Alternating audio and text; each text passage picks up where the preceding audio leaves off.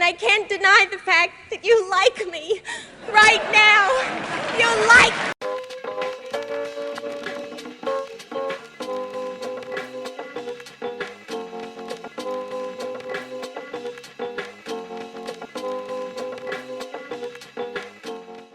All right. So the inaugural Ah, awards of the week. This week there will be two awards. Some weeks we may have more. Some weeks we only might have one. But I initially only wanted to give one, but I'm gonna give two this week. So first of all, I would like to give because I'm a huge fan of R&B music of all different eras, like from the 60s all the way up until today. So I was chilling and I was listening to some R&B music, just a playlist going on and on. And today I am giving the award of the week for the first award of the week to Bobby Womack for being a Dirty Mac Hall of Famer, as you can see here. And one of his famous songs I remember listening to when I was a kid, listening to R&B radio station 107.5, 105.1. yes. When I used to play R&B music late at night before, when I was trying to go to sleep to get up for school.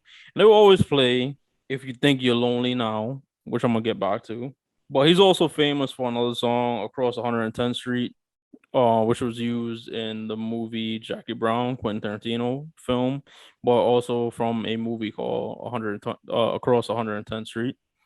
He passed away in 2014, but this is the reason why he's in the Dirty Mac Hall of Fame. If You Think You're Lonely Now, it was such a departure from normal R&B music because the song starts off and he's like, his woman's complaining about all the things like her friends have and their relationships and her being lonely and et cetera, et cetera, et cetera.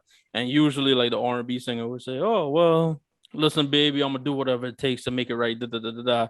But Bobby Womack was so cold that he was like, you know what, if you think you're lonely now, wait until tonight. Mm. It was like if you're unhappy, you're gonna gotta figure it out on your own. And he was like the first dude that wasn't like pandering. So that's his first induction. But that's the musical side. Now on the real life side, he was a really dirty Mac for this one thing because his personal life section in his Wikipedia page is wild. He Mm. was married to Sam Cooke's widow. And if you know Sam Cooke, he was tragically killed at a young age. But yeah, Bobby Womack was his like protege. And how he tells it, Bobby Womack told it was that he was just comforting his wife because he felt his wife or his widow was gonna do something, harm herself or something like that. So he claims. But he married her, or he attempted to marry her while wearing Sam Cooke's suit. He was wearing this man who passed away. He was wearing a man. He was gonna marry the widow of a man who passed away in that man's suit, and that's why I say he's in a Dirty Mac That's Hall of weird. Fame. Although, like I said, these awards they're not celebratory, but they're just recognition. So Acknowledgement. yes, Wow. I did not expect that part. I'm a Bobby Womack fan. yeah. I have all his records. I have all. My brother is he's a producer. I grew up listening to vinyl, just like my brother would like make beats and stuff. And Bobby Womack was always playing and stuff. I did not know that, but that's cool. I mean, hey, I'm not in his shoes. I mean, I wouldn't do that. I mean, I wouldn't. I don't know. I wouldn't do that. Yeah. It's wild. That's some wild shit. Um, that's good to know.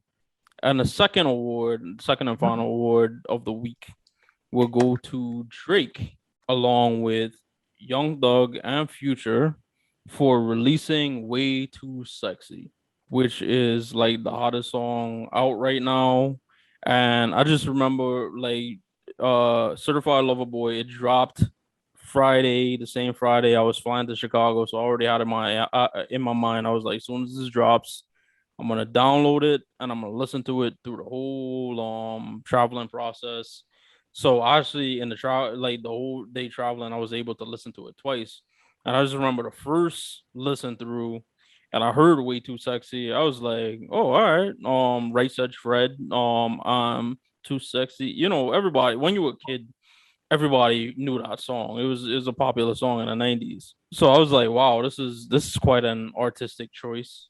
And then I kept on like adding to my tweet, like replying, like quote tweeting my tweet. And I was just like, "Oh, Hmm. Young Thug's on it." And by like the third time I listened to it, I was like, "Yeah, this shit is like fire." So I have to give credit because "I'm Too Sexy" is such a like obscure like song. It's like a humorous song. It's not meant to be like, the song where like you can make like a pop out of it, and that's what they did. So that's why I'm giving them an award. But in general, Certified Lover Boy is great. I love it. It's a solid outing. Is it one of his best albums? Sure, why not? Is it his greatest album? Probably not, but it's par for the course for Drake, and it got another song on there that I also really like, amongst others, Fair Trade, where like the hook of the song is, I lost a lot of friends, but I found peace.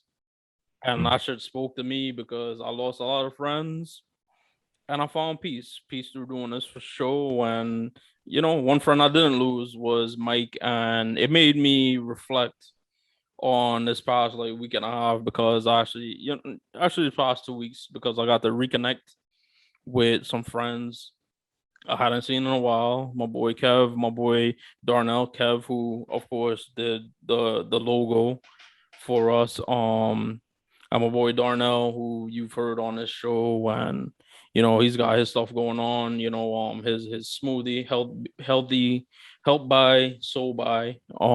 If you guys want to check that out, look him out, look him up on Instagram. Positively Darnell is his handle, and WinKev underscore is Kev's. If you need any kind of graphic design done, he's awesome at it.